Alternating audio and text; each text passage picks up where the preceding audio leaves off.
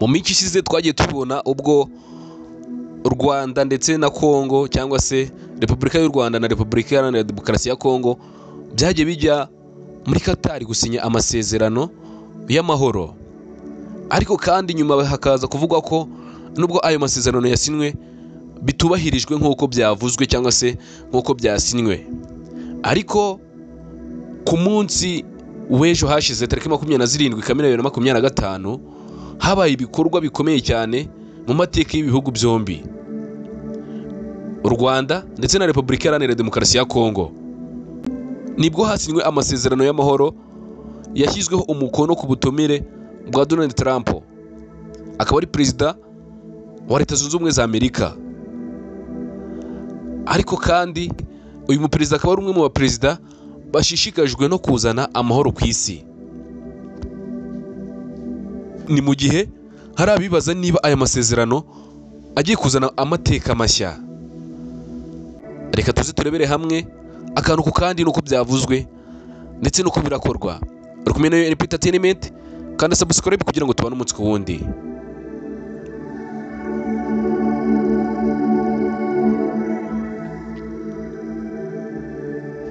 Mu by'ukuri amakimbirane hagati y'u Rwanda na Kongo yatangiye mu myaka 1990 nyuma ya jenoside yakorewe abatutsi mu 1994.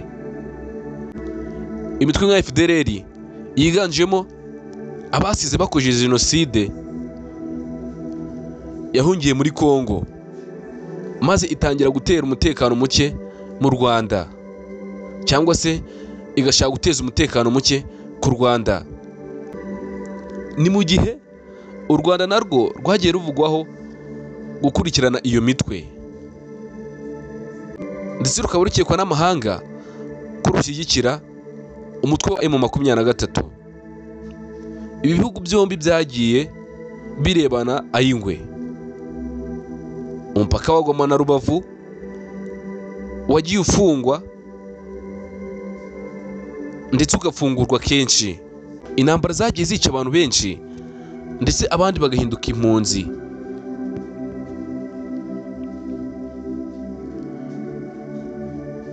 Mu by'ukuri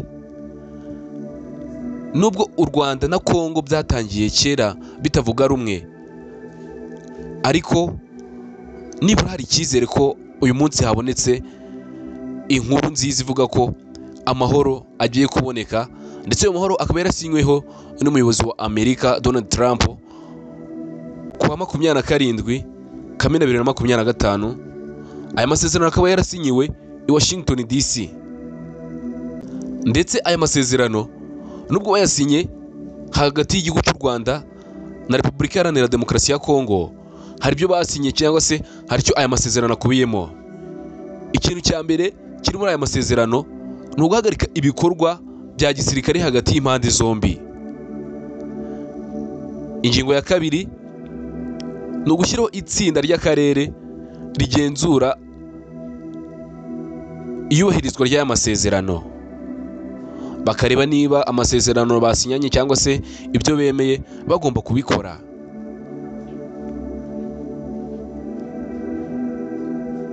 Ingingo ya gatatu ni ugufatanya gusenya imitwe yitwaje intwaro nka FDLR, ADF ndetse n'indi mitwe yose. Ingingo ya kane ni ugushaka amahoro binyuze mu masezerano atangiza ubufatanye ku mutungo kamere, cyane cyane mu mabuye y'agaciro nka Coltan, Cobalt ndetse na Lithium.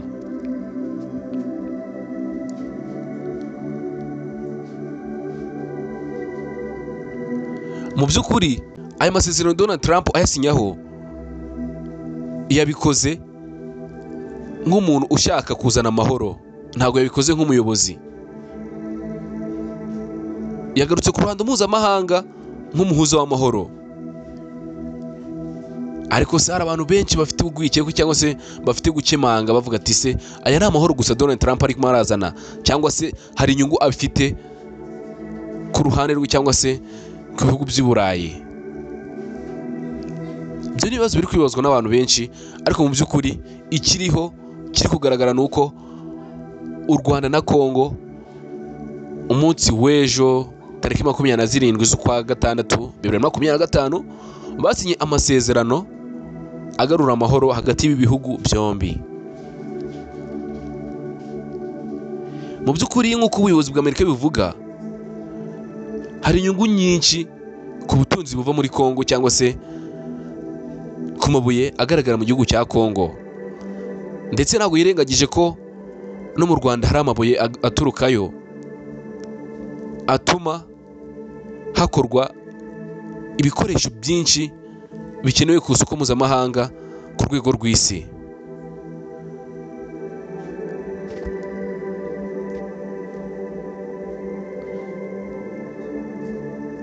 Trump yatangaje ko ibihugu byombi bigomba kuba aho abashoramari b'Abanyamerika bashora nta nkomyi, bakashyira amafaranga, bakakura product cyangwa se bakakura imari ishobora gutuma isi itera imbere muri rusange.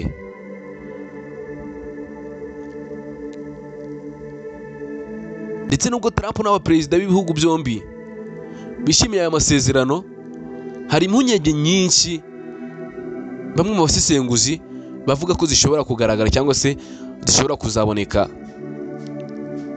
Abasesenguzi barimo baravuga bati imitwe yitwaje intwaro ishobora kutemera kubahiriza aya masezerano, ngo kandi itabyemeye nyamara aya masezerano yasinwe hagati y'u Rwanda na Kongo yaba apfuye ubusa, cyangwa se ibikorwa byose baba bakoze byaba bipfuye ubusa. Bakongera bakavuga bati ibi bihugu bishobora kudashyira mu bikorwa ibyo byemeje, cyane ko atari n'ubwa mbere byaba bibaye kuba barasinye amasezerano inyuma bakayanga. Ariko kandi ntabwo bari kwirengagiza ko hari n'umubano udacanye uwaka hagati ya Kongo ndetse n'igihugu cy'u Rwanda. Hari n'abavuga ko aya masezerano yasinyiwe imbere ya Trump ari ukugira ngo bamuve imbere, ariko ngo nta cyizere kirimo. Ariko kandi umunyamakuru wo muri Kongo umwe yavuze ngo twamaze imyaka twumva ko amasezerano menshi yasinwe, ikibazo atari ukuyasinya ahubwo ni ukuyubahiriza. Rero mu by'ukuri ikibazo ntago ari uko aya masezerano yasinwe, ahubwo ikibazo kiri kwibazwaho nuko bavuga bati aya masezerano yasinwe ibihugu byombi bizayubahiriza, kubera ko hari impungenge z'uko hari igihe cyashize amasezerano agasinwa ariko ntiyubahirizwe.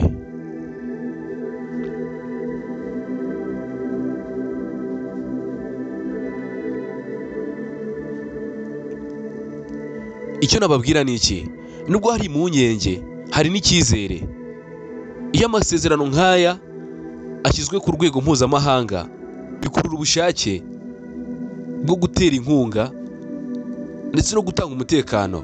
Kuba Trump yabyinjiyemo bishobora gutuma isi ibona ko iyi ntambara ari ikintu gikomeye kigomba kurangira, kubera ko umuyobozi mukuru nka Donald Trump yasinye kuri aya masezerano.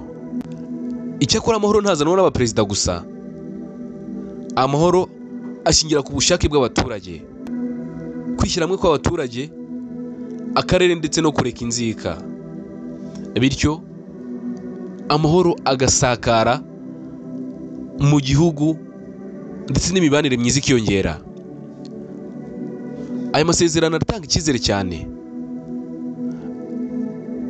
nubwo bamwe bibaza ko azagerwaho, ariko ibyo bizaterwa n'ubushake, ubufatanye ndetse no guca bugufi kw'impande zombi. Reka twese dutegerereze hamwe aya masezerano yasinywe kwa 27 Kamena 2025 ko nibura ashobora gutanga icyizere mu karere, amahoro kongera akaboneka, ukongera ukaboneka.